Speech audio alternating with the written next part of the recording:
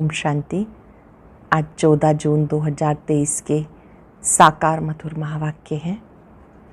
आज की मधुर मुरली में बाबा ने सभी ब्राह्मणों को उनकी रिस्पॉन्सिबिलिटी की याद दिलाई। आप ब्राह्मण बच्चों पर बहुत बड़ी जवाबदारी है। सबसे बड़ी जवाबदारी है स्वयं पावन बनना, औरों को भी पावन बनाना। उसके लिए निरंतर शिव बाबा की याद में रहना है, बाबा से प्रतिज्ञा करनी है और उस प्रतिज्ञा को पूरा निभाना है। साथ साथ इसी समय तुम बच्चे, ये जो गायन है कि तुम मात पिता हम बालक तेरे, तुम्हारी कृपा से सुख घनेरे। आप मात पिता से मिलते हो, उनके सम्मुख बैठते हो। बाबा सतो प्रधान संन्यास सिखाते हैं। घर गृहस्थ में रहते, जिम्मेवारियां निभाते, बुद्धि से पुरानी दुनिया को भूल जाना है। ये बेहद का संन्यास बेहद का बाप ही सिखाते हैं।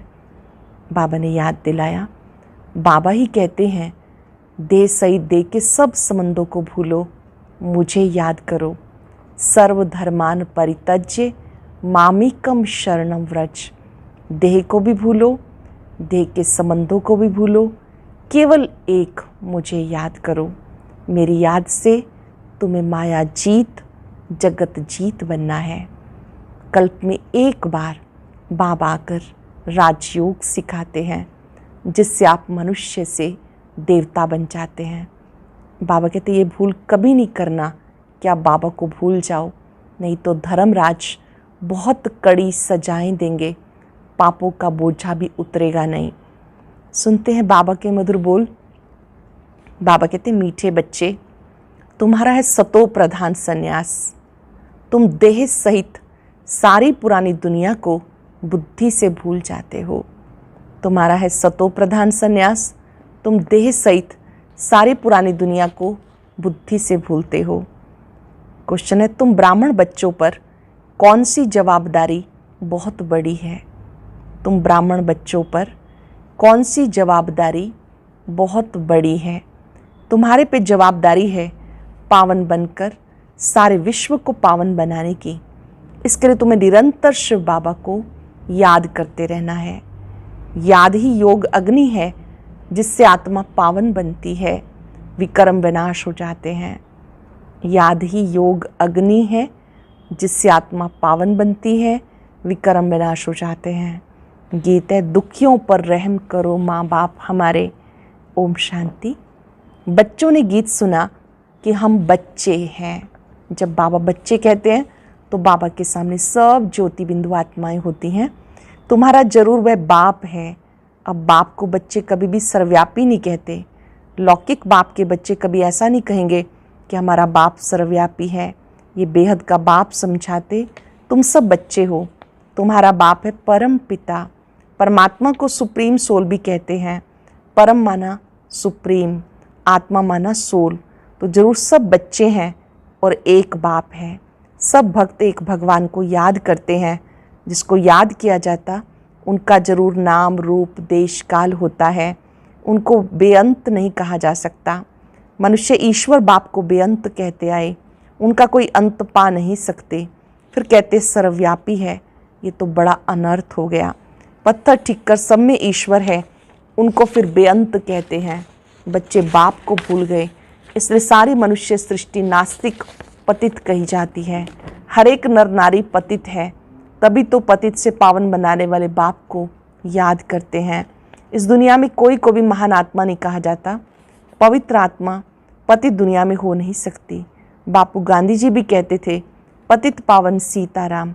ये मनुष्य के लिए कहते, पानी की गंगा के लिए तो नहीं कहा। यह है झूठ, झूठी माया, झूठी काया, झूठा सब संसार। सचखंड था जबकि नई दुनिया में नया भारत था। अब वही भारत पुराना हो गया। भारत जब स्वर्ग था तो उसको नया भारत कहते थे। 5-4 वर्ष हुए, त्रेता में 2 कलाएं कम हो गई। इस समय तो कलयुग है, इसे कहा जाता पुरानी दुनिया। पुरानी दुनिया में पुराना भारत। वर्ल्ड नई भी होती है, पुरानी भी होती है। अब है पुरानी दुनिया। सब मनुष्य नास्तिक हैं, इसलिए इसे दुख धाम कहा जाता। फिर इस दुख धाम को सुख धाम बाप ही बना सकते हैं। भारत जो पावन था वो पतित बन गया। प्योरिटी थी तो पीस प्रॉस्पेरिटी भी थी, पवित्रता थी तो शांति भी थी, समृद्धि भी थी। भारत की आयु एवरेज बड़ी थी, अभी तो बहुत छोटी है। भारत रोगी कब से बना दुनिया नहीं जानती। ऐसे नहीं कहेंगे कि परंपरा से रोगी है। भक्ति शुरू द्वापर से होती है। कलयुग का जब अंत होता है तब बाबा आकर ज्ञान देते हैं। ज्ञान है ज्ञान सागर के पास। ज्ञान का सागर नॉलेजफुल, ये उस बाप की ही महिमा है। वो मनुष्य सृष्टि का बीज रूप है। सर्वव्यापी कहने से बाप बच्चे का लव नहीं रहता। यह है ऑर्फन दुनिया, सब आपस में लड़ते रहते हैं, इसलिए इसको रौरव नर्क कहा जाता। भारत स्वर्ग था, अब नर्क है। ये किसी को पता नहीं पड़ता कि हम नरकवासी हैं, तो जरूर नरक से ट्रांसफ़र होंगे, परंतु ऐसे नहीं कि नरकवासी पुनर्जन्म फिर स्वर्ग में ले सकते हैं। वह पुनर्जन्म सब नरक में ही लेते हैं। नरक को ही पति दुनिया कहा जाता। निर्वाण धाम आत्माओं के रहने का स्थान है। निर्वाण धाम परम धाम को ही कहते हैं। वो सब आत्माओं के रहने का स्थान है, जिसको निराकारी दुनिया कहा जाता। आत्मा स्टार इमॉर्टल है, शरीर मॉर्टल है। शरीर विनाशी है, आत्मा अविनाशी है। आत्मा को एक शरीर छोड़ दूसरा लेना पड़ता। 84 जन्मों का भी गायन है। 84 लाख जन्म कहना भी गपोड़ा है। बाबा समझाते, जो भी आत्मा पार्ट बजाने आती है आकर ऑर्गन्स में प्रवेश करती है, परंतु सबके 84 जन्म भी नहीं हो सकते। सतयुग में जो देवी देवता होंगे उनके 84 जन्म होंगे। जो सतयुग के प्रथम जन्म में आएंगे उन्हीं के ही टोटल 84 जन्म होंगे। बाबा कहते आगे भी कहा था कि तुम अपने जन्मों को नहीं जानते हो, मैं बताता हूँ। तुम हो ब्रह्मा कुमार कुमारियाँ। अच्छा, ब्रह्मा का बाप कौन है? ब्रह्मा का बाप शिव। ब्रह्मा विष्णु शंकर हैं शिव बाबा के बच्चे। उनको भी अपना सूक्ष्म शरीर है। परम पिता परमात्मा को अपना शरीर नहीं है। बाबा कहते मेरा नाम है शिव। भले कोई रुद्र भी कहते हैं, कोई सोमनाथ कहते हैं, हूँ तो मैं निराकार। बराबर भारत में शिव के मंदिर भी हैं। ज्ञान का सागर परम पिता परमात्मा को कहा जाता, श्री कृष्ण को नहीं। वो तो सतयुग का प्रिंस है, उनमें आदि मध्य अंत का ज्ञान नहीं है। सतयुगी देवताओं में भी ज्ञान नहीं है। तुम जानते हो अभी हम हीरे तुल्य बन रहे हैं। परम पिता परमात्मा के सिवाय कोई भी राजयोग सिखा ना सके। श्री कृष्ण को परमात्मा नहीं कह सकते। परमात्मा सिर्फ एक निराकार को कहते हैं, और उस बाप को सब भूल गए। ज्योति बिंदु बाबा को सब भूल गए। इस समय सब पतित तमो प्रधान है। बाबा कहते सारा वैरायटी मनुष्य सृष्टि का झाड़ है। तमो प्रधान रोगी दुखी हैं। भारत कितना ऊंच था, अभी तो कंगाल है। शास्त्रों में कल्प की आयु लाखों वर्ष लिख दी। समझते कलयुग को भी 40,000 वर्ष चलना है।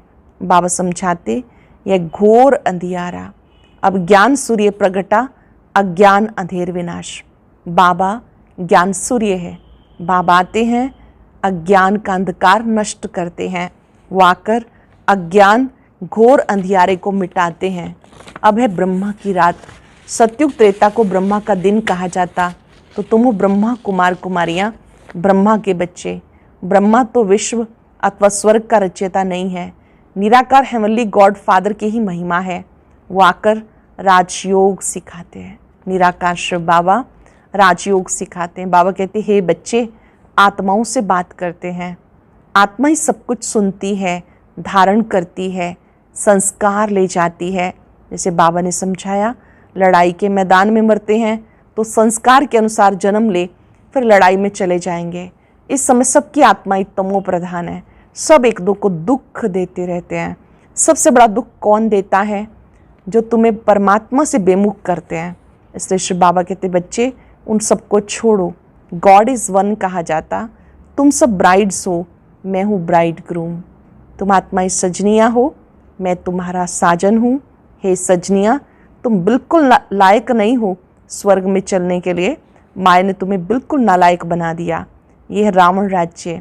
सतयुग में है राम राज्य। राम शिव को कहा जाता। अब तुम हो ब्राह्मण। परम पिता परमात्मा जो स्वर्ग की स्थापना करते हैं, उनसे तुम वर्षा ले रहे हो। भारतवासियों को स्वर्ग का वर्षा मिल रहा है। कलश माताओं पर रखा। माता गुरु बिगर किसी का भी कल्याण नहीं होता। जिसके लिए गाते हैं त्वमेव मातश्च पिता, फिर उन्हें सर्वव्यापी कह देना ये बड़ी भूल है। मात पिता को फिर बेअंत कह देते। गाते हैं तुम मात पिता हम बालक तेरे, तुम्हारी कृपा से सुख घनेरे। फिर बाप पर दोष कैसे रखते हैं? बाप तो आकर पतित से पावन बनाते हैं। एक तरफ कहते हैं आपकी कृपा से सुख घनेरे, फिर उन पर दोष रख देते। बाप तो आकर पतित से पावन बनाते, पतित रावण बनाते हैं। अभी रावण राज्य खत्म हो, राम राज्य शुरू हो जाएगा। इस चक्र को अच्छी रीति समझना है।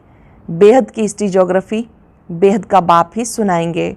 यह रुद्र ज्ञान यज्ञ श्री कृष्ण का यज्ञ नहीं, ये गीता का राजयोग है, परंतु श्री कृष्ण कोई ज्ञान नहीं देते हैं। श्रीमद् भगवत गीता में प्राचीन राजयोग का वर्णन है, वो बाबा के सिखाते हैं।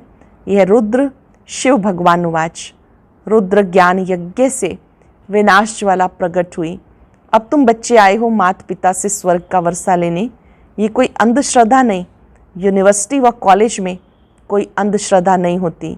यहाँ पर अंधश्रद्धा की कोई बात नहीं। तुम बाप से बेहद का वर्षा लेने के लिए, मनुष्य से देवता बनने के लिए आए हो। बाबा से वर्षा लेना है, मनुष्य से देवता बनने आए हो। ये गॉड फादरली यूनिवर्सिटी है। बाबा समझाते ये भारत दैवी राजस्थान था। हीरे जवाहरात के महल बनते थे। भक्ति मार्ग में सोमनाथ का मंदिर कितना बड़ा बनाया, उससे पहले क्या होगा? भक्ति में इतना बड़ा सोमनाथ का मंदिर बनाया तो उससे पहले क्या होगा? अभी तो भारत कंगाल है, फिर सिरताज बनाना बाप का काम है। अब तुम बच्चे जानते हो हम माता पिता के सम्मुख बैठे हैं और 21 जन्मों का सुख पा रहे हैं।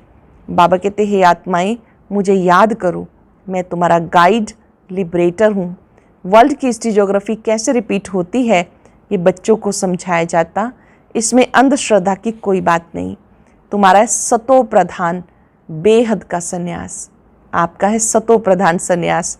तुम पुरानी दुनिया को बुद्धि से छोड़ते हो, इसलिए बाबा कहते सर्वधर्मान परित्यज्य मामेकम शरणम व्रज। देह सहित देह के जो भी संबंध है सबको भूल अपने को अशरीरी आत्मा समझो। बाबा कहते इस देह का भान छोड़ो, मुझ बाप को याद करने से तुम्हारे पाप भस्म हो जाएंगे।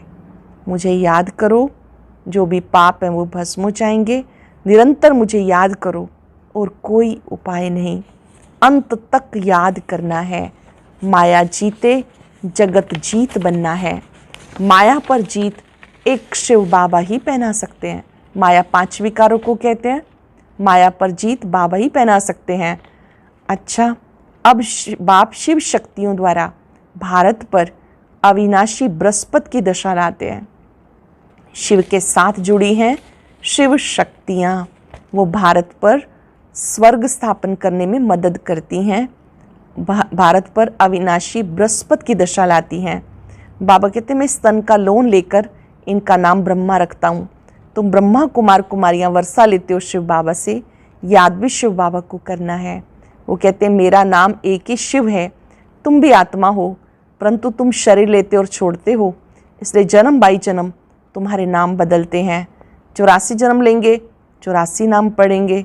सबके तो 84 जन्म नहीं होंगे, कोई के 80, कोई के 60, कोई के 5-6 जन्म भी हो सकते हैं। मेरा नाम एक ही शिव है। शिव बाबा को याद करते रहो तो विक्रम विनाश होंगे। एक बाबा को याद करते रहो, विक्रम विनाश होंगे। योग अग्नि बिगर कोई पावन बन नहीं सकता। तुमने प्रतिज्ञा की है बाबा हम पवित्र बन भारत को पवित्र बनाए फिर राज्य करेंगे। शिव बाबा को याद नहीं करते तो गोया अपने को पतित बनाते हैं, याद नहीं करते तो और ही पतित बनाते जाते। फिर धर्मराज की बहुत कड़ी सज़ा खानी पड़ेगी। तुम्हारे पर बड़ी रिस्पॉन्सिबिलिटी है, बाबा को याद करते रहना बहुत बड़ी जिम्मेवारी है। बाबा को याद करते रहना, यह रूहानी यात्रा। अच्छा, मीठे मीठे सिक्किलदे बच्चों प्रति नंबरवार पुरुषार्थ अनुसार माता पिता बाप दादा का याद प्यार और नमस्ते। रूहानी बाप की रूहानी बच्चों को नमस्ते। रूहानी बच्चों की रूहानी बाप दादा को याद प्यार नमस्ते, गुड मॉर्निंग, शुक्रिया बाबा, शुक्रिया। आज धारणा के लिए सार से पहले हम मातेश्वरी जी के महावाक्य सुनते हैं। मातेश्वरी जी के मधुर महावाक्य। ओम शब्द का यथार्थ अर्थ क्या है? जब हम ओम शांति कहते हैं तो पहले पहले ओम शब्द के अर्थ को पूर्ण रीति से समझना है। अगर कोई से पूछा जाए ओम का अर्थ क्या है तो वो लोग ओम का अर्थ बहुत लंबा चौड़ा सुनाते हैं। ओम का अर्थ ओंकार, बड़े चौड़े आवाज़ से बोलते हैं। इस ओम पर फिर लंबा चौड़ा शास्त्र बना देते। वास्तव में ओम का अर्थ कोई लंबा चौड़ा नहीं है। अपने को तो स्वयं परमात्मा ओम का अर्थ बहुत ही सरल सहज रीति से समझाते हैं। वो भी अर्थ परमात्मा से मिलने के लिए ही समझाते हैं। परमात्मा साफ कहते, बच्चे ओम का अर्थ है मैं आत्मा हूँ, मेरा असली धर्म शांत स्वरूप है। ओम का अर्थ क्या है? मैं आत्मा हूँ, मेरा असली धर्म शांत स्वरूप है। अब इस ओम के अर्थ में उपस्थित रहना है। तो ओम का अर्थ मैं आत्मा परमात्मा की संतान हूँ। मुख्य बात ये हुई कि ओम के अर्थ में सिर्फ टिकना है, बाकी मुख से बैठकर ओम ओम का उच्चारण नहीं करो। बुद्धि में ये निश्चय रख के चलना है। ओम का जो अर्थ है उस स्वरूप में स्थित रहना है। बाकी वो लोग ओम का अर्थ लंबा चौड़ा सुनाते हैं मगर उसके स्वरूप में स्थित नहीं रहते। परंतु हम तो ओम का स्वरूप जानते हैं, तब उस स्वरूप में स्थित होते हैं। अब ये भी जानते हैं कि परमात्मा बीज रूप है और उस बीज रूप परमात्मा ने इस सारे झाड़ को कैसे रचा। परमात्मा ज्योति बिंदु है, बीज रूप है। उन्होंने कैसे सारी नॉलेज दी, ये सारी समझ इस समय मिलती है। धारणा के लिए सार अटेंशन से सुनेंगे। पहली बात, निरंतर एक बाप की याद से माया जीत जगत जीत बनना है। पवित्र बनकर भारत को पवित्र बनाना है। बुद्धि से पुरानी दुनिया का संन्यास करना है। देह भान को भूलने का अभ्यास करना है। देही अभिमानी रहना है। अटेंशन से सुनेंगे। निरंतर एक बाप की याद से माया जीत जगत जीत बनना है। पवित्र बनकर भारत को पवित्र बनाना है। बुद्धि से बेहद पुरानी दुनिया का संन्यास करना है। इस देह भान को भूलने का अभ्यास करना है। देही अभिमानी रहना है। वरदान है, किसी से किनारा करने की बजाय सबका सहारा बनने वाले विश्व कल्याणकारी भव। किसी से किनारा करने की बजाय सर्व का सहारा बनने वाले विश्व कल्याणकारी भव। सारे कल्प में ब्रह्मा बाप और ईश्वरीय परिवार के संबंध संपर्क में आने वाली आप श्रेष्ठ आत्माएं हो। आप किनारा करने वाले नहीं हो, लेकिन विश्व का सहारा बनने वाली विश्व कल्याणकारी आत्मा हो। परिवार के अविनाशी प्यार के धागे के बीच से निकल नहीं सकते। इसलिए कभी भी किसी बात में, किसी स्थान से, किसी सेवा से, किसी साथी से किनारा करके अपनी अवस्था अच्छी बनाने का संकल्प नहीं करना। कभी कभी हम डिस्टर्ब हो जाते तो हम क्या सोचते हैं, स्थान ही बदल लेते हैं, या इस व्यक्ति से नहीं बनती, इसको छोड़ो। बाबा कहते हैं आपको कभी किसी से किनारा नहीं करना। अगर ये आदत डाली तो कहीं भी टिक नहीं सकेंगे। जहाँ भी हिसाब किताब हैं वो क्लियर करने हैं, याद से, समझ से, ज्ञान योग की शक्ति से। वहाँ से पलायनवाद नहीं होना चाहिए। बहुत गुह्य बात आज बाबा ने समझाई कि परिवार के अविनाशी प्यार के धागे के बीच से आप निकल नहीं सकते। इसलिए कभी किसी बात में, किसी स्थान से, किसी सेवा से, किसी साथी से किनारा करके अपनी अवस्था अच्छी बनाने का संकल्प नहीं करना। अगर ये आदत डाली तो कहीं भी टिक नहीं सकेंगे। स्लोगन है, कर्म भोग का वर्णन करने की बजाय कर्म योग की स्थिति का वर्णन करो। कभी कभी हम बीमारियों का वर्णन करते हैं, व्याधियों का वर्णन करते हैं, उसकी बजाय कर्म योग की स्थिति का वर्णन करो। कैसे कर्म करते हैं? हम शिव बाबा को याद करते हैं, याद से शक्ति कैसे मिलती है ये वर्णन करो। अभी आज चलते फिरते हम अभ्यास करेंगे, मैं विश्व कल्याणकारी आत्मा हूँ। एकाग्र हो जाएंगे, शक्तिशाली स्थिति में बैठेंगे, अंतःकरण से स्वीकार करेंगे, मैं विश्व कल्याणकारी आत्मा हूँ। सारा विश्व मेरा परिवार है। जो आत्मा जैसी है